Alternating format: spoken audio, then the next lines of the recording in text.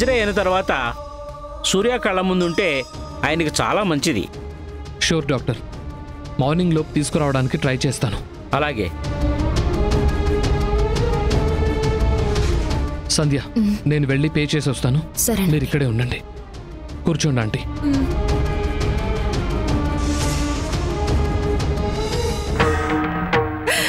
కన్న కొడుకు ఎక్కడికి వెళ్ళాడో తెలియకపోయినా ఆకాష్ ఒక కొడుకులా అన్ని దగ్గరుండి చూసుకుంటున్నాడు. చిన్నవాడైపోయాడు కానీ చేతులెత్తి మొక్కాలని ఉందమ్మా. మీ ఇద్దరి రుణం ఎప్పటికీ తీర్చుకోలేనమ్మా. అమ్మా, బాధ్యతకి రుణానికి ముడిపెట్టొద్దు. ఆయన అన్ని అర్థం చేసుకున్నారు కాబట్టే ధైర్యంగా అన్నిటిలో ముందుంటున్నారు. సూర్య విషయంలో జరిగింది మొత్తం చెప్పిన తర్వాత మంచి మనసుతో అర్థం చేసుకోవడమే కాదు, మనస్ఫూర్తిగా నన్ను క్షమించారు. నేను నిన్ను అనుమానిస్తే నన్ను నేను అనుమానించుకున్నట్టే అని ఒక్క మాటలో నా మీద ఎంత నమ్మకం ఉందో తెలిసేటట్టు చేశారమ్మా. ప్రస్తుతానికి ఆకాష్ సూర్య గురించి ఆలోచిస్తున్నారు. సూర్యతో మాట్లాడడానికే మన ఇంటికి వచ్చాం.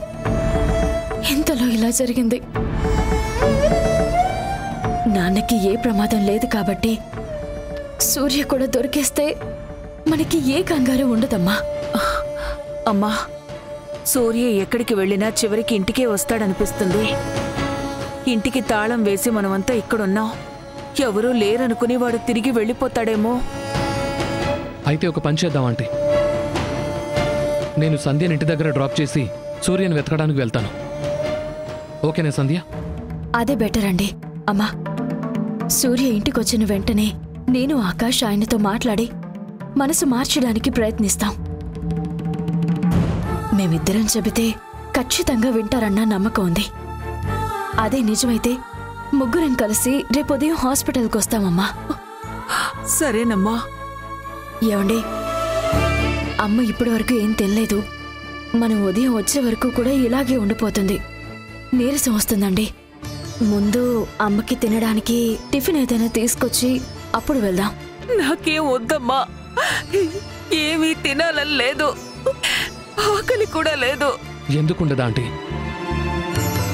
మాకు అంకుల్ సూర్య ఆరోగ్యమే కాదు, మీరు కూడా ముఖ్యమే. సంధ్య, నువ్వు ఆంటీతో ఉండు, నేను వెళ్ళి టిఫిన్ తీసుకొస్తాను. ఆ తర్వాత ఇద్దరం కలిసి బయలుదేరుతాం.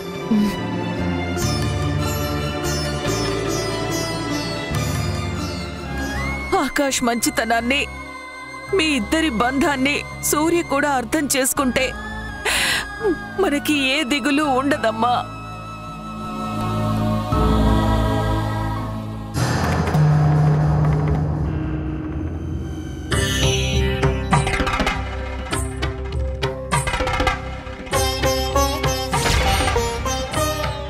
సంధి చేసినట్టే ఉంది.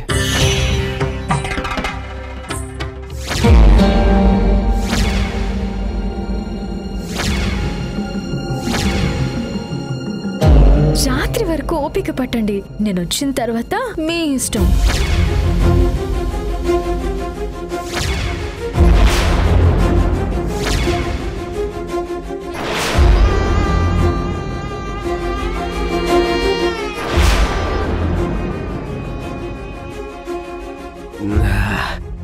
సంధ్య అని కాదే నీ పేరు, చీటర్ అని పెట్టాల్సింది. నువ్వే ప్రపంచం అనుకుంటే నువ్వు ఇంకో తోడిని ఎత్తుక్కున్నావు. వాడి చేత్తో తాళి కట్టించుకొని ఇంకొకటి భారీగా ఎలా బ్రతుకుతున్నావు? నీకోసం నేను చావుతో యుద్ధం చేసొస్తే నన్ను జీవశవంగా మార్చావు. నా మీద పెంచుకున్న ప్రేమ నేను తిరిగి వస్తానని చెప్పలేదా? ఎందుకు చెప్తుందిలే, అలా చెప్పేదే అయితే వాడిని వదిలి నా దగ్గరకు వచ్చేదానివి, అంతేగాని ఇలా నాటకం ఆడేదానివి కాదు. నువ్వేం చేసినా నీ స్వార్థం కోసం చూసుకున్నావు. ఇప్పుడు మోసపోయింది ఒంటరిగా మిగిలిపోయింది. నేను నేను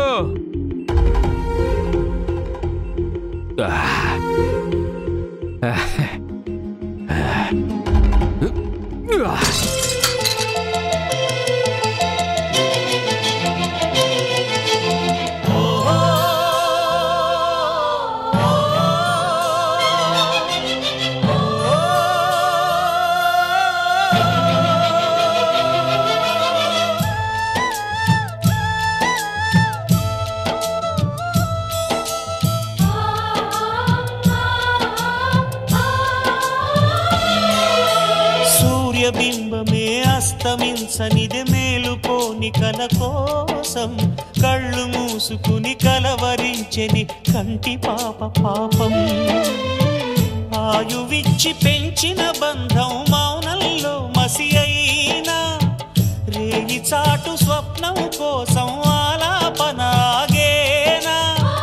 పొందేది ఏదేమైనా పోయింది తిరిగొచ్చేనా. కంటి పాప కల అడిగిందని నిదురించెను నయనం. ఏ క్షణాన ఎలాగా మారును ప్రేమించే హృదయం. ఆలయాన హారతిలో ఆఖరి చితి మంటలలో రెండిటిలో నిజానికున్నది ఒకటే అగ్నిగుణం.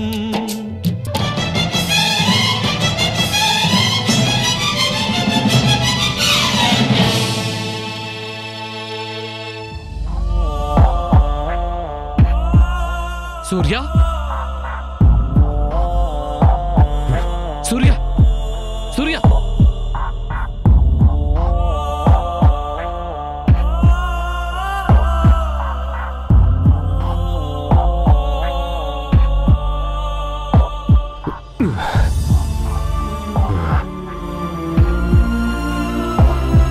సూర్య లే.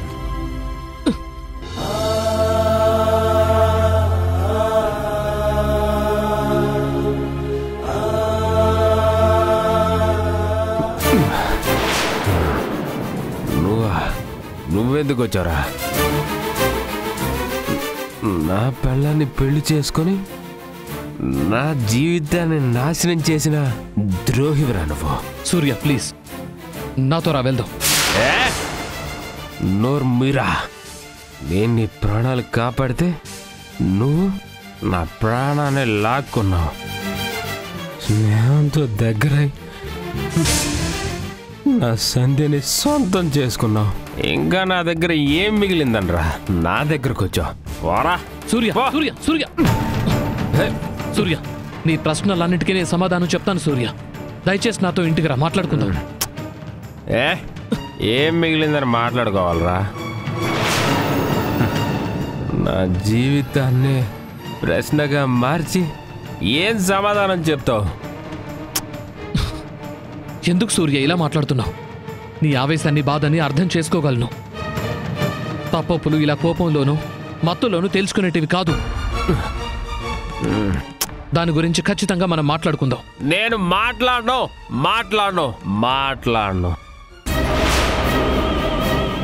నీతోనే కాదు, నా పెళ్ళంతో, మా అమ్మా నాన్నతో, ఎవరితో మాట్లాడను. నా పెళ్ళం గురించి ఎన్నోసార్లు నీ దగ్గర బాధపడ్డాను. దాని మీద ఎంత ప్రేమని పెంచుకున్నారో కూడా చెప్పాను. అన్నీ విని కూడా నీకు మోసం చేయాలని ఎలా అనిపించిందిరా? అమ్మ, నాన్న, సంధ్య అందరికన్నా నిన్నే ఎక్కువగా నమ్మాను. అందుకేనా అందరికన్నా ఎక్కువ మోసం చేశావు? సూర్య ఎందుకు ఇలా మాట్లాడుతున్నావు? అసలు నువ్వు ఎలాంటి స్థితిలో ఉన్నావో తెలుస్తోందా?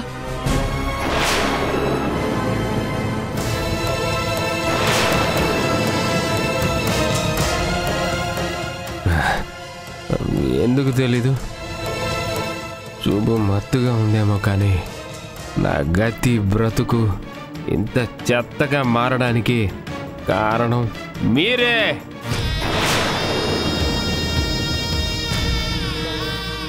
ఫ్రెండ్షిప్ ముసుగులో నువ్వు ప్రేమ ముసుగులో అది ఇద్దరు నన్ను మోసం చేశారు. నా లైఫ్ నాశనం చేశారు, మోసం చేశారు. సూర్య, నన్ను ఒంటరిగా వదిలేశారు.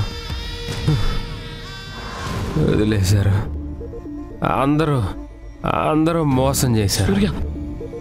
సూర్య, మోసం చేశారు.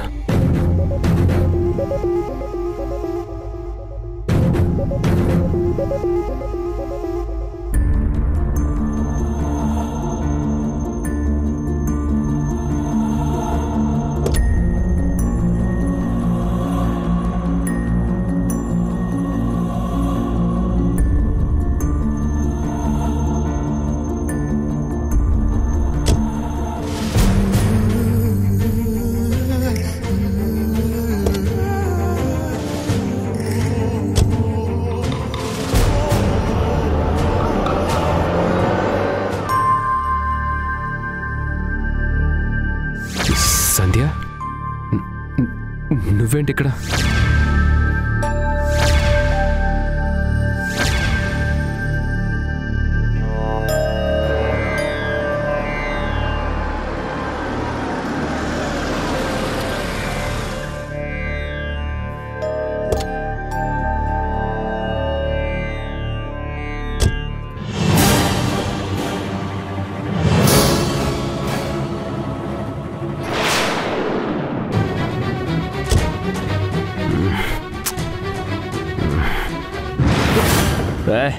వదలరా, ఎక్కడికి తీసుకొచ్చారా?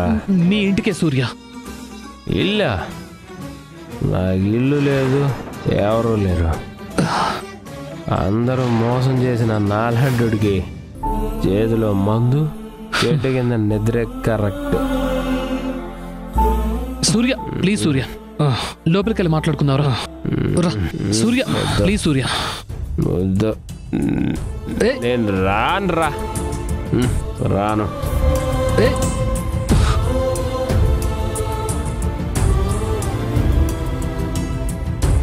సూర్య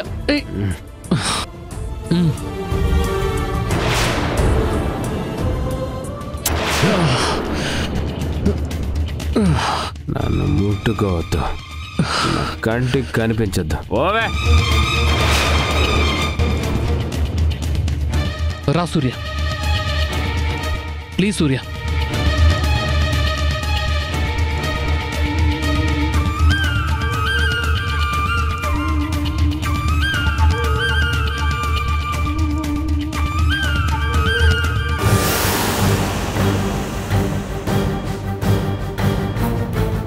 నన్ను వదిలేసి మళ్ళీ ఎలా పట్టుకుంటుంది? సారీ, నీ పెళ్ళాన్ని నీ ముందే తిడుతున్నాను. నన్ను మోసం చేసినందుకు తిట్టినా తప్పులేదు. అందరూ కలిసి నన్ను ఎదవని చేశారు. మీరు ఆడుకోవడానికి నా మనసే దొరికిందా? కొంచెం కూడా జాలి లేదరా మీకు? అసలు మీరు మనుషులే కాదు, రాక్షసులు. మోసం చేశారు.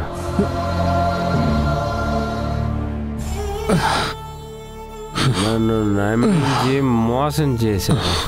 నన్ను నమ్మించి మోసం చేశారు. నన్ను మోసం చేశారు.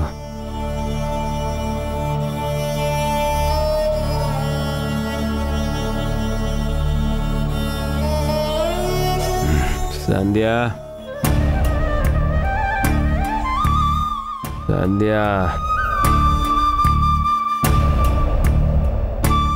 నిన్నెంతగా ప్రేమించాను, నా గుండెల్లో పెట్టుకొని పిచ్చోళ్ళ ఆరాధించాను. నువ్వు కూడా నన్ను అంత పిచ్చిగానే ప్రేమించావు కదా? ఆ ప్రేమంతా ఏమైపోయింది? 2 ఏళ్ళు, జస్ట్ 2 ఏళ్ళు నా కోసం ఆగలేకపోయావా? నా మొగుడు శత్రువుల చేతిలో చచ్చాడు, ఈ జన్మలో ఇక రాడు అని ఫిక్స్ అయిపోయి మళ్ళీ పెళ్లి చేసుకున్నావా?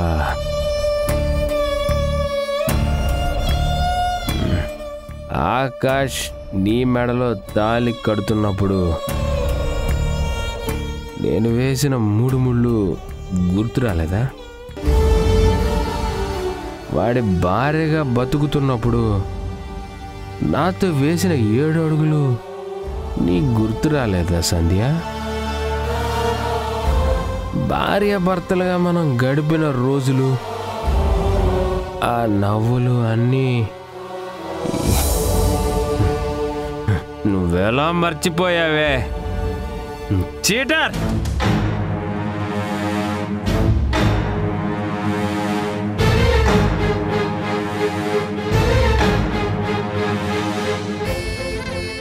నన్ను ఎలా మోసం చేశావు? మోసం చేశావు.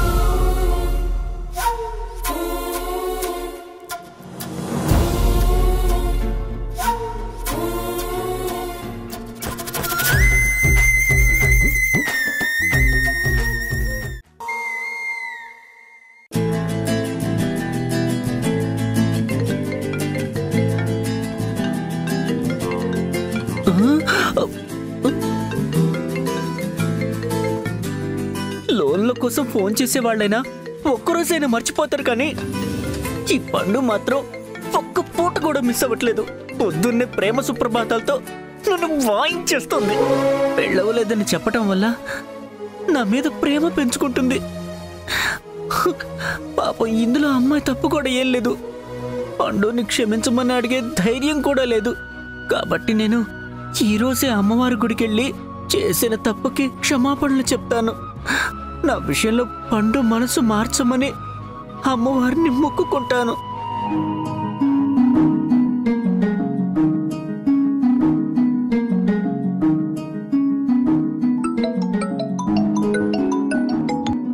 హలో పండు, జస్ట్ నౌ నీకు కాల్ చేద్దామని నేను ఫోన్ అన్లాక్ చేశాను. ఇంతలో నువ్వే కాల్ చేసావు. సరే, కాల్ కట్ చేయనా? నువ్వు మళ్ళీ చేస్తావా? ఏంటి జోకా? ఆల్మోస్ట్ అలాంటిదే అనుకో. పండు, నేను 10 minutesలో స్టార్ట్ అవుతాను. మీ ఇంటికొచ్చి కాసేపు మాట్లాడి ఆఫీస్కి వెళ్తాను. వద్దొద్దు దివ్య, నువ్వు ఇలా వస్తావేమో అని వద్దని చెప్పడానికే కాల్ చేశాను. వద్దని చెప్పటానికా? ఓ, నీ బాయ్ ఫ్రెండ్ ఇంటికొచ్చాడా? చిచి, అలాంటిదేమీ లేదు దివ్య. అమ్మవారికి అభిషేకం చేయించడానికి గుడికి వెళ్తున్నాను. అభిషేకమా? ఏంటి సడన్ గా? కొంపతీసి నీ లవర్ నీకు రిప్లై పంపాడా? పెళ్లి ప్రపోజల్ కి ఓకే చెప్పాడా? అలాంటి గుడ్ న్యూస్ ఉంటే ఫస్ట్ నీకే చెప్పేదాన్ని కదా దివ్య. ప్రతిరోజు ఎన్ని మెసేజ్లు పెట్టినా అతను చదివి ఊరుకుంటున్నాడు తప్ప రిప్లై పంపడం లేదు. నా ప్రేమ తెలిసి కూడా ఎందుకు సైలెంట్గా ఉంటున్నాడో తెలియడం లేదు. అతని మనసుని కనీసం ఆ అమ్మవారైనా మార్చాలని గుడికి వెళ్తున్నాను. నీ మాటలు వింటుంటే నాకే జాలేస్తుంది. ఆ స్టోన్ హార్టెడ్ గాడు ఎందుకు కరగడం లేదో ఏమో. అమ్మవారు నీ కోరికని ఖచ్చితంగా తీర్చాలని నేను మనస్ఫూర్తిగా కోరుకుంటున్నాను. Thank you Divya. Bye. Bye Pandu. Divya, dining table మీద టిఫిన్ పెట్టాను, నువ్వు తినేసి వెళ్ళు. నువ్వెక్కడికి వెళ్తున్నావు? ఇంకా ఆఫీస్ టైం కూడా అవ్వలేదు కదా. అంటే నా ప్రాబ్లంకి పర్మనెంట్ సొల్యూషన్ చూపించమని దేవుణ్ణి మొక్కుకోవటానికి గుడికి వెళ్తున్నాను. మనిషి ఫెయిల్ అయితే గెలిపించాల్సింది ఆ దేవుడే కదా, అందుకే. సరే బాబ్జీ. ప్రేమ కోసం పండు, ఆఫీస్ ప్రాబ్లం కోసం బాబ్జీ, ఇద్దరు దేవుడి మీద భారం వేశారు. జీవితంలో ఏ సమస్య వచ్చినా నాకు నేనుగా సాల్వ్ చేసుకునే శక్తి మాత్రం నాకివ్వు భగవంతుడా.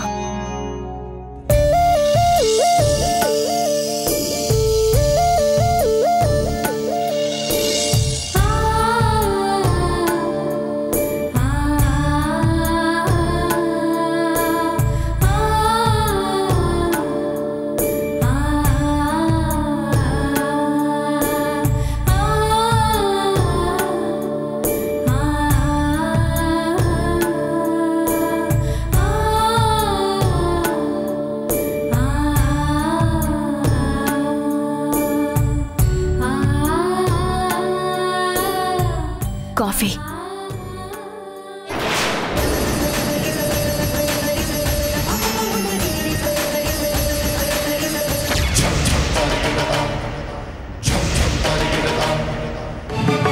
భవిష్యత్తుని తీర్చిదిద్దుకోవడం తప్ప జరిగిన దాన్ని మార్చే శక్తి మనిషికి లేదు. ఇక మీదట మీ జీవితం వేరు, నా జీవితం వేరు.